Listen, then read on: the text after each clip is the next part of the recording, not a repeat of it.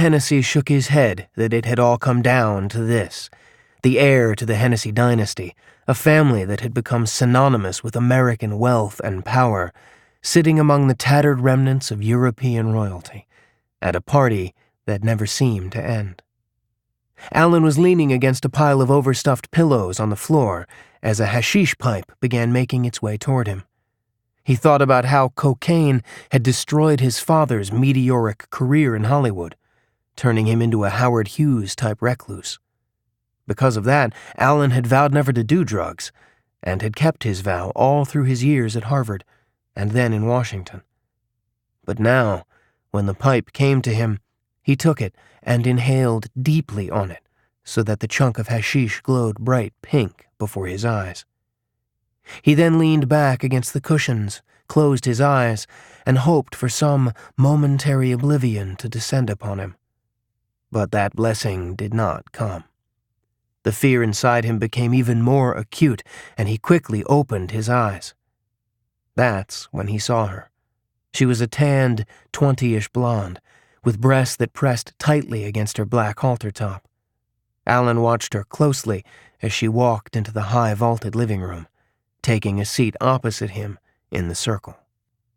When the pipe came to her, she gracefully took it, inhaled on it, looking directly at him.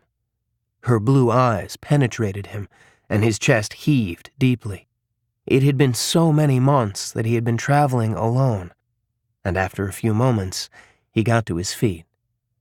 Alan was no longer as hard-bodied as he had been when he'd gone out for Harvard rowing, but he still had a rumpled, preppy look about him.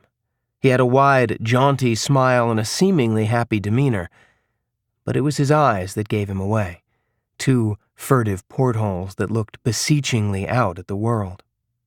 He was around 5'8", but carried himself taller. He projected a self-assurance and princely sense of himself that, strangely, he didn't feel. The way he carried himself seemed to come from something deeper, something in the family DNA, which had already produced his billionaire grandfather and his uncle, the senior senator from New York. "I saw you at Shakti," the woman said, as he stood before her, referring to a local English bookstore. "Yeah, I'm always a sucker for news weeks that are 3 weeks old," Alan said, grinning. "I'm Alan," he added, sitting down next to her. "Suzanne," she said, shaking his hand. "Swedish?" he asked. "That's me. I'm a fjord girl," she replied. "Been traveling a while?" "Yeah," Alan replied non-committedly. "What did you do in America?" Suzanne asked. "Oh," Alan sighed, feeling that world so far away. "I wrote speeches." "For who?" "My uncle," Alan reluctantly added, wanting but at the same time not wanting to let his family history get out. "Who's that?" she probed. "He's a U.S. Senator. Paul Hennessy?" Suzanne raised her eyebrows, intrigued. They then began to talk about their travels as the weather became more and more intense outside. A heavy rain pelted against the French doors near them, bringing a cold draft of air swirling around them. "Let's share," Suzanne said, draping a white shawl over the both of them, just as a lightning bolt cracked the night sky. Alan moved closer to her, feeling her warm body against him. "Have you brought your note?" she asked. For a second, Alan had no idea what she was talking about. Then he remembered. "Burn your past karma," the party flyer had announced. "Bring what you want to burn and be free." "I'll go first," Suzanne said, getting to her feet. She walked over to one side of the living room where a roaring fire was burning in a large, arched fireplace. She then knelt before the fire, bowed, and then threw something into the flames. After that, she sat motionless before it. Then she returned to Alan. "Now you," she said, her eyes dreamy and unfocused. Alan felt uncomfortable about all this. He could buy into the fact that demons exist, but God and angels were something else. Still, he had brought an offering, so he got up and began walking over to the fireplace. His eyes were almost closed, and as he neared the fire, he felt himself lost in another world. He could see his mother's face, surrounded by the smoke from her gauze. She was sitting in her office in the shabby student hostel that she owned and managed in a gritty part of London. Her once beautiful face was now wrinkled and careworn. "Why do you live like this?" he asked her, glancing at the cot in the back room that functioned as her home. "I live simply now. It fits me," she responded in a dull monotone. "Why don't you spend the money from the divorce?" he asked. "I can't touch it, Alan. Those millions are cursed.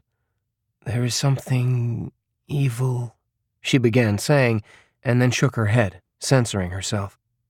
"So this is like some Profumo penance?" Alan asked, referring to John Profumo, the former British defense minister who had resigned in the 60s when it was found out that he was sleeping with a call girl who was also sleeping with a Soviet agent. Profumo then decided he had to make amends for all that and would spend the rest of his life working with London's downtrodden. "Bullseye, my pretty boy," his mother replied, using a name she hadn't called him in years. Alan opened his eyes as he reached the fireplace. He took out the folded piece of paper from his jeans pocket and threw it into the fire. Then he bowed before the flames. When he sat up, the paper had already been reduced to ashes. The note, which had said, "God, if you are there, please stop whatever is attacking me," had now become a bit of smoke in the Himalayan sky. After that, Alan returned to Suzanne, and for several minutes they just sat silently next to each other. Then she turned toward him, her aquamarine eyes gazing at him. "I felt your vibration as soon as I entered the room. Now feel mine," she whispered, kissing him and thrusting her tongue into his mouth. After a few moments, she squeezed his hand, hard. "Let's go," she said. They got to their feet and wended their way through the stoned partygoers to the entranceway. Alan looked outside and saw that the rain had now tapered off to a drizzle. He took Suzanne's hand and walked out into the street, where one lone water buffalo stood fanning his tail. Alan stared intensely at the animal, entranced by the way the drops of rain hit against its shiny black coat. "Good, Mujie," Alan said, addressing the animal with stoned intimacy. "Honest, Mujie," Alan added, patting it, while it looked back impassively at him. "Come on," Suzanne laughed, pulling him away. Alan glanced down the darkened street, disoriented. "Where are we? Where's Freak Street?" "I know," she said. Freak Street was a lane that the hippies had claimed some 30 years earlier. It was a place still locked in time, with some pretty rusted-out longhairs, ever willing to tell you about the glory days of the 60s. When Alan saw the distant tangerine light from the Birkenstock and Socks store, he knew he was almost there. After reaching the store, they took a left into a small alleyway, and then up a flight of stairs to his room. He unlocked the door, pushed it open, and soon they were inside. "I'm so wet," Suzanne exclaimed, closing the door and pulling off her black top.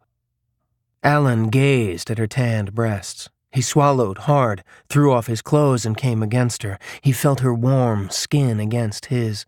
They fell together on the mattress, both trying to keep the sheet over them as they had sex. Alan woke up the next morning, feeling that it was the first decent sleep he'd had in a long time.